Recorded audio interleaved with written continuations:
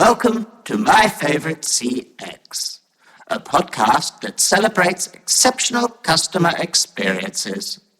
To listen to today's, please choose from one of the following options. Welcome to My Favorite CX, a podcast about favorite customer experiences.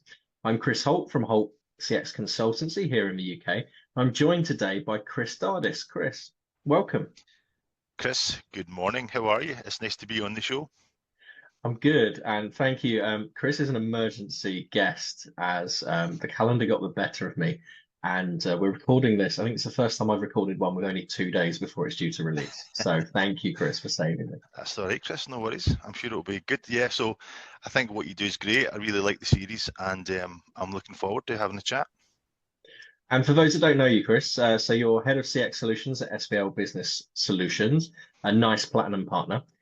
You've been at SVL now. You try and tell people it's since you're about 6 years old, but over 20 years, starting as an apprentice, given a Chrome tool in your first week, and working your way up now to heading up SVL's pre-sales and consultancy team. Why don't you tell us a bit more about who you are, what you do, and what your journey was? Yeah, of course, Chris. So no problem at all. So as you mentioned, I've really worked in customer experience for 24 years, but I suppose we didn't really start calling it customer experience until I reckon about 2013 or 14. And then over the past 4 or 5 years, it's just emerged as something that we all do and love. But ultimately, for me, even early on in my career, you mentioned the Chrome tool. I was an engineer when I first started, so it was on sites, deploying stuff, getting your hands dirty. And even then, I always knew that giving people a good customer experience was going to be pivotal in my career. So I've worked in SVL since I was 19. I'm 42 now, so quite a few years. And as you mentioned, I head up our CX solutions team. So everything from pre-sales, solution design, end-to-end, and even post-sale consultancy. And there's a team of pre-sales in my team, and we there's a host of different technology that we cover. And things are getting really exciting now. The technology, I'd probably say in the last 2 or 3 years, technology has advanced more than it has in the last 20, which is really, really exciting. It certainly feels like the last few years that the underlying infrastructure for technology has caught up with the ideas. So I think there's always been grand ideas and like early chatbots and like early analytics. And I remember I was at Zoom last week and someone said, "Oh, I started work on Simon wallboards." And everything used to be like individual aspects of a solution. And it was, I remember my Avaya days, the amount of servers we had and the different services you had to have, and it always seemed so complex. And I think everything is a lot more attainable now, that the data layer is more attainable, and the amount of processing we now have certainly made it more exciting. It has, Chris. And I think despite that, it is fascinating how in some cases the actual adoption of those types of technology is still fairly primitive with a lot of clients. So we still see a lot of legacy on-premise stuff, and people still making that transition to cloud. Forget about AI and kind of what that side of it. We've got clients today who are still struggling to get their head around the fact that they don't have to have huge deployments for technology. So yeah, it is exciting, and we work with a lot of great clients in the UK who are on that journey, some more advanced than the others. But one of the things that we do is try and meet people where they are. We get that not everybody can jump straight into AI from day one. So you have to treat those clients slightly differently and make sure that you're providing them with a great customer experience, regardless of where they are on that transformation. I think that's really fair, because there's no right approach with this. It depends on the business itself. There'll be some that, if their data is very accessible, they could go straight into conversational AI and really uplift their customer experience a couple of generations. But where you've got fragmented data, fragmented processes, Sometimes that takes time. Sometimes you need to go baby steps and really build that foundation. Yeah, you do, Chris. And I suppose one of the biggest things that I say to people is that organizations who are in that position have probably spent the last 20 or 30 years integrating rather than innovating, right? And that's the thing that I try and get across, is that when you start to think about it differently, it just opens up Pandora's box, shall we say. It opens up a different way of thinking about how you innovate, right? And I think for a lot of people, that was out there. They couldn't do that before. It just wasn't something that was possible, either through to, as you mentioned earlier on, restrictions on infrastructure, or just how much it costs. Quite frankly, in some cases, to actually deploy this technology on premise. So yeah, it's exciting, and I think we are just at the beginning, really. We've got a lot of clients that are still on that journey. So yeah, it's a great time to work in our industry. And I think it's a lot more accessible than it used to be. If I think back, Yeah, it's only 10 years ago I was in the Avaya world, and if you wanted to do a screen pop, you had your Definity communication manager, then you had to have a CTI server, and all that was doing was taking essentially a phone number and sending it somewhere else, and that was creating a screen pop with another integration. If you think about what's out the box now, how simply we can take knowledge into an agent journey or into a customer journey, trying to you talk about trying to meet customers where they are, trying to meet with customer teams where they're used to an integration story. They're used to working with, say, older technologies or APIs, and you come along and go, well, it just works out the box. That is a difficult conversation to get people's heads around it sometimes. It is, Chris. I think the challenge for a lot of companies, they're, in some cases they get a little bit frightened of it, of how easy it is. You think, what we've been doing for the last 20 years, why has this been so hard? But I think when you see that moment of, aha, right, okay, I get it now. We can integrate, we can use these tools, we can look to use AI to help us as an organization. It flips that mindset from being integration first to actually being able to innovate, give better customer experience. And so that's why it's really exciting just now. And what's exciting you most, or what's the biggest opportunity at the moment within customer experience and creating something exceptional for people? I suppose it's still about breaking down those silos, right? It's about breaking down and being able to do things that previously, people weren't able to do. And I think when we look at customer experience as a whole, like a lot of people are trying to do it. Quite frankly, there's a lot of people who do it badly. So I think, really being able to sort of bridge the gap between how people contact organizations and provide that seamless journey is still really, really important. I think when you see it done well, it is, it's beautiful, right?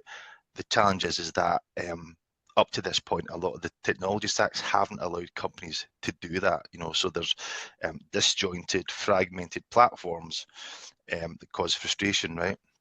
So it's been able to move that forward is really exciting, and have that full end-to-end customer journey, regardless of what touch point you use. And that's might be quite simple, but that's one of the things that really excites me still.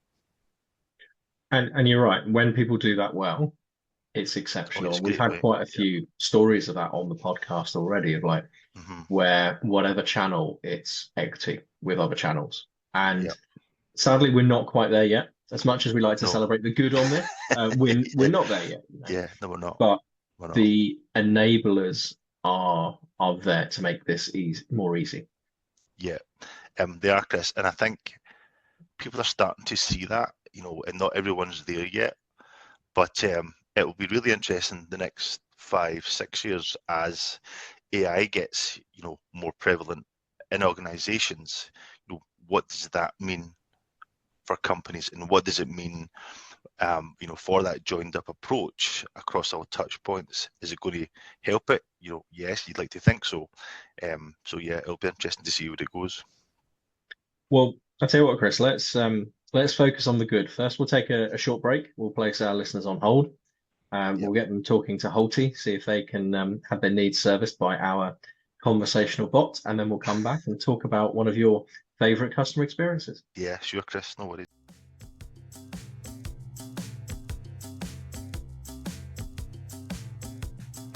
Your call is important to us. Please hold, and you will be connected to your next favorite customer experience shortly. Welcome back to my favorite customer experience. I'm joined this week by Chris Dardis from SVL Business Solutions. And before the break, we were talking about where there's potential to create exceptional now in the world of customer experience, how technology and attitudes within businesses are changing to make everything come together. Let's take a pause while my dog barks, and always live. And Chris, why don't you tell us about one of your favorite customer experiences? Yeah, of course, Chris. So I was working away from home, and as somebody yourself who works on the road, you know how difficult it can be sometimes, and the mental load of that can be quite a lot. So it's not uncommon that you would forget something. Certainly not for me. I don't know about you, but so I was working away from home. We had a long workshop on a client site. There was lots of whiteboards involved, which was really great. Lots of discussion.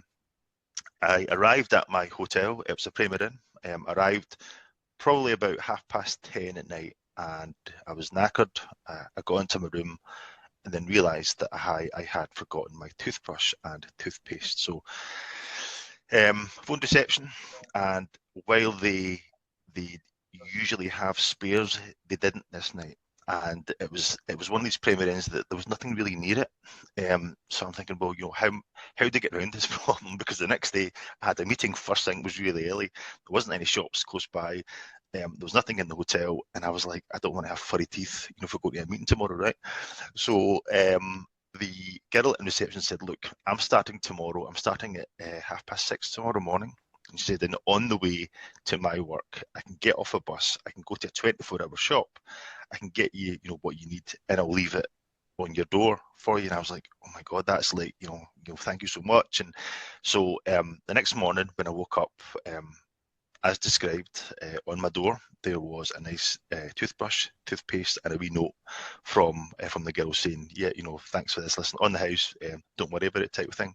So as simple as that was, it really, it really got me out of a situation, and it just, that proactiveness for that, person to think, well, actually, on my journey, I can do this, I can change, my, what I do tomorrow, and actually get that for you. So yeah, it was just something really simple, but what that done to me was really show the value of that individual, but also it makes you think about the brand differently as well. So we can't underestimate that one act of one good act really can help how you feel about the brand. So yeah, I thought it was a great experience. I'm certainly with you on, especially if I've had multiple road visits consecutively. Yeah. Like I've got my travel bag of like toiletries, and yeah, there've been times I've gone from one to another and haven't realised, oh, I'm out of. It's always toothpaste. It's always toothpaste. Yeah, And usually is. thankfully, I've always been somewhere where either they've sold it or they've given you like the micro, like tiny little tube that will get you through a day or two. Yeah. But Yeah, I think that experience clearly, the people at Premier Inn felt empowered that they could, yeah, they if did. they were 5 minutes late for work because they were helping a Yeah, customer, 100%, Chris. they were absolutely empowered to do that.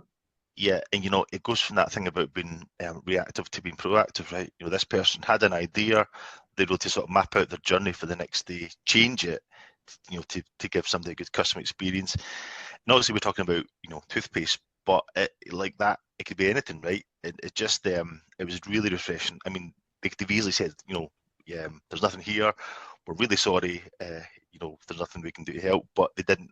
They actually went above and beyond, and yeah, it just was. I remember coming home from that trip, and like the first thing I did was write an email, write a review saying this is great, and sort of share my experience, because it was really positive. Just something nice for a change, right? Yeah. And I think I normally ask people, did it influence your behaviors? And straight away, you wanted to let them know thank you. And you wanted to let them know publicly 100%. with a review. 100%. And it's, I'm not an avid reviewer, right? It takes something really special for that to happen. If it's negative, I'll do it, but Unfortunately, we don't have, me personally, there isn't too many positive. There isn't too many positive experiences that you can do that with. So this was really refreshing, and as I mentioned earlier on, it just changed how you thought about the brand. What I really like there as well, and I'm actually staring at a couple of examples just past my desk. The note, the leaving of Yeah, just writing a little note. it's I've personal, got a right? couple from recent trips, and it's that I remember one of my friends in sales enablement was always like, guys, write your customer a postcard, write them a note, or do something. Um, it's just that extra touch of, we've not only done this for you, but I've done this for you personally here. I mean, I try not to write personal notes because my handwriting is abysmal and I think I'll cause more Well, harm where who writes people are like, anymore though, right? yeah, It's a dying skill, right? it's a beautiful touch. Yeah, it was, Chris, and I think it kind of made me think about what we deliver as an organisation and as a team, and having that sort of white glove approach really is what we strive to do, right? It's going the extra mile, going above and beyond, because it doesn't go unnoticed. It certainly didn't for that experience, and when I think about it, that's what I hope our customers get as well. Is going above and beyond, doing that little bit extra that makes a massive difference to customer experience. And if we think about that both from a consultancy side, but also from contact center agents as well, Yeah, if those helping your customers, be they a consultant, be they an agent, be them whoever, if they feel empowered that they can and they have the autonomy to help a customer further, yeah, then that's what takes that customer from being neutral to being a promoter, to retaining a customer. 100%. We all know how hard it is to retain, or how much more expensive it is to attain new over retaining, and everything you can do there. I was reading the art of Unreasonable Hospitality recently, and they had a whole thing where they would create what they called legends, where Yeah, you would create an amazing experience for someone. And I was like, why couldn't you do something to that degree in a contact center? If you're selling an insurance product and someone's going to Egypt, if it's been a great call, have a bit of budget there where you can send them a travel guide yeah, just with a little note in it. It sounds so trivial, and okay, there's a cost of a few pounds of something, but having that option, not for every call, but yeah, where it would make a difference, yeah. to say, go and do something, that kind of thing allows you to really stand out in the world of, as you say, pretty mediocre customer experiences a lot of the time. It does, Chris. I think you're absolutely right. But you sort of touched on it, Aaron. It's having that autonomy. It's allowing organisations to just say, look, we'll give you that freedom. We respect that you can make that decision on your own, and we'll support you on it, because ultimately we want you to give good customer experience, but to do it, let's think outside the box slightly. Let's not just go, with our status quo and what we've always done. Let's give you that autonomy to make those changes and actually provide better customer experiences. Because get back to my example, it was unusual. I felt it was unusual. I mean, something so simple, but it made such a lasting impact. Yeah, it was really a good customer experience. It's also, they're not necessarily a premium brand primarily. So you're not necessarily, if you've been staying at, a Hilton in the middle of the city that's like a 5-star, you might expect that. But Yeah, your bar of expectation is pretty low when you're staying at a budget. Yeah, it was, and I think this particular one was, it was out the way. It just, it was really great. Well, Chris, thank you for sharing No worries, a Chris. favorite customer experience. No problem. Where can people find you if they want to learn more about what you do, what SVL do, for example?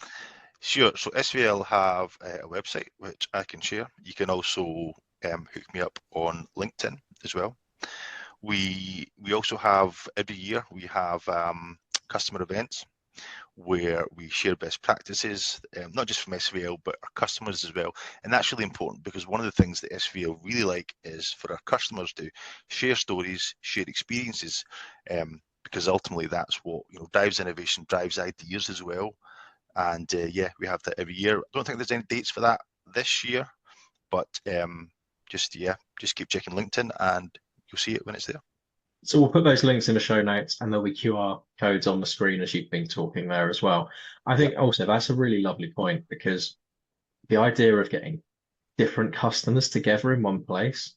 Yeah. There have been places I've worked in the past where that would scare the life out of them. It's like, oh, let's not have customers talking. What if they say something?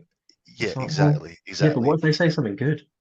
Well, you know what? I think that just goes to show the pedigree of SVL, right? We don't always get it right. I think we'd be foolish to think that we do. We always strive to, but we learn from our mistakes. So we encourage our customers to tell us what works, what doesn't work, what they like, how can we do better? Because ultimately, if we don't get that, then we can't improve. Yeah, I think that's a great point to finish the podcast on. So, Chris, thank No you very worries. much for No stepping worries, in at Chris. short Yeah, notice and no problem at all. joining me. Yeah. Listeners, we'll Catch you see soon. you again in 2 weeks' time on my favorite customer experience. Thank you for listening to My Favorite CX. Your listenership is important to us. On your keypad, please press a number between 1 and 5 to rank how much you've enjoyed your experience.